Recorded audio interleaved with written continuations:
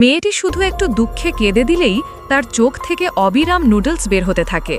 একদিন সে টেবিলে বসে কান্না করছিল, তখনই চোখ থেকে নুডলস টেবিলে পড়ে।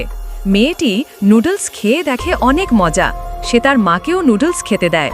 মেয়েটির মাথায় টাকা রোজগারের পরিকল্পনা আসে। সে একটি নুডলসের দোকান দেয়। সবাই তার নুডলসের স্বাদ দেখে প্রশংসা করতে লাগে। নুডলস শেষ হতেই মেয়েটি আড়ালে গিয়ে কান্না করে নুডলসের জন্য। দিন শেষে নুডল বিক্রি করে অনেক টাকা পায়। নুডলস শেষ হয়ে যায়। মেয়েটি কান্না আসার জন্য নিজেকে ব্যথা দিতে থাকে। এমনকি তার মৃত বাবার অস্থি ভেঙে ফেলে, কান্না আসে না। তারপর পাশে থাকা পোষা কুকুরটাকে জঙ্গলে ফেলে আসে। অবশেষে মেয়েটির চোখে নুডলসের কান্না আসে। দোকান আগের মতো চলতে থাকে। লোকজন আসতে থাকে। তার প্রেমিকও তার কাছে ফিরে আসে, যে তাকে ছেড়ে গিয়েছিল।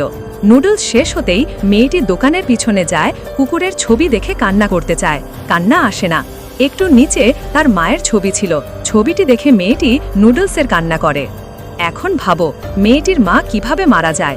আর পরের বার কান্না না আসলে এবার পালা কার হবে, প্রেমিকের